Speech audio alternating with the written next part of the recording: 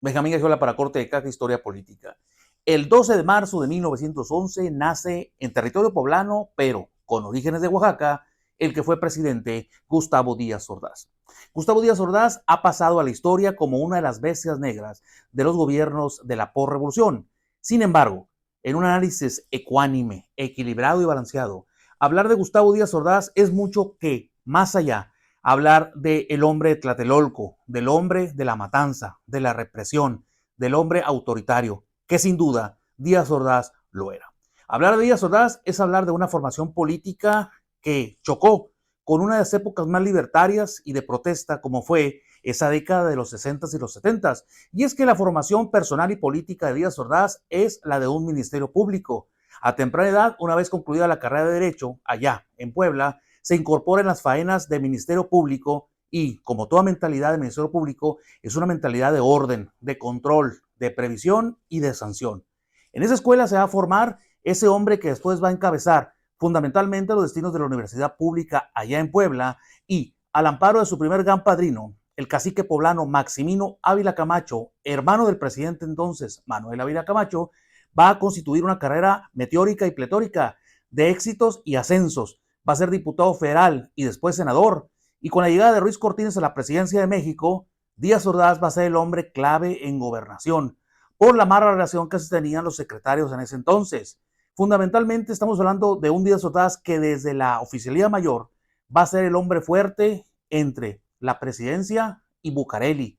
Ahí es el trampolín con el cual va a consolidar su influencia. Sin embargo, el verdadero trampolín de Díaz Ordaz es su relación personal con Adolfo López Mateos, el hombre del Estado de México, el gran Toluco. Y es que su relación lo hace irse a las ligas mayores cuando Adolfo el Viejo, Ruiz Cortines, destapa y hace presidente a Adolfo el Nuevo, es decir, el joven López Mateos. En ese entonces, Díaz Ordaz va a ocupar ya de la mano del presidente López Mateos, su gran amigo, la Secretaría de Gobernación y 6 años después, en una de las sucesiones más nítidas o cantadas, va a ser Díaz Ordaz el candidato a la presidencia de la República. Hablar de la administración de Díaz Ordaz es hablar de la represión, sí, pero también es hablar de lo que es el nacionalismo económico. Es un hombre que recupera para la soberanía nacional económica la cancelación de los contratos riesgo que entonces venían del alemanismo a favor de aquellos que invertían allá en las aguas someras petroleras de México. Es un hombre que logra equilibrarse con los norteamericanos en una época donde los norteamericanos, primero con Kennedy y después con Lyndon Johnson, buscaban evitar el avance y el desarrollo del comunismo. Es un hombre que se entiende con la alianza para la victoria de los intereses del hemisferio. Es un hombre que en la Alianza por el Progreso se casa también con las relaciones con Johnson y Nixon, pero no se entrega del todo. Es un hombre que recibe el chamizal que había pactado López Mateos años antes. Es un hombre que consigue para México los Juegos Olímpicos. Es un hombre de equilibrios macroeconómicos. Es un hombre de grandes reformas también legislativas como el salario mínimo profesional. Es un hombre que expande la CONASUPO. Es un hombre que da grandes cantidades, 4 millones de tierras en reparto agrario.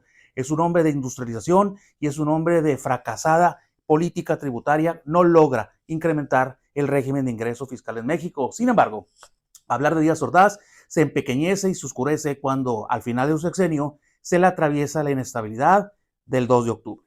Una época libertaria, decimos, que Díaz Ordaz fue incapaz de procesar porque en cada manifestación lo que veía era un atentado contra la independencia y el proyecto de la revolución hecha gobierno. Díaz Ordaz muere de cáncer de colon años después, no sin antes haber pasado por la embajada mexicana en España, donde restablecía las relaciones a la muerte de Franco. Va a ser muy famosa aquella entrevista donde se autojustifica con la mano duro con que reprimió a los estudiantes en Tlatelolco en 1968. Un día como hoy, nace un 12 de marzo de 1911 el presidente de las dualidades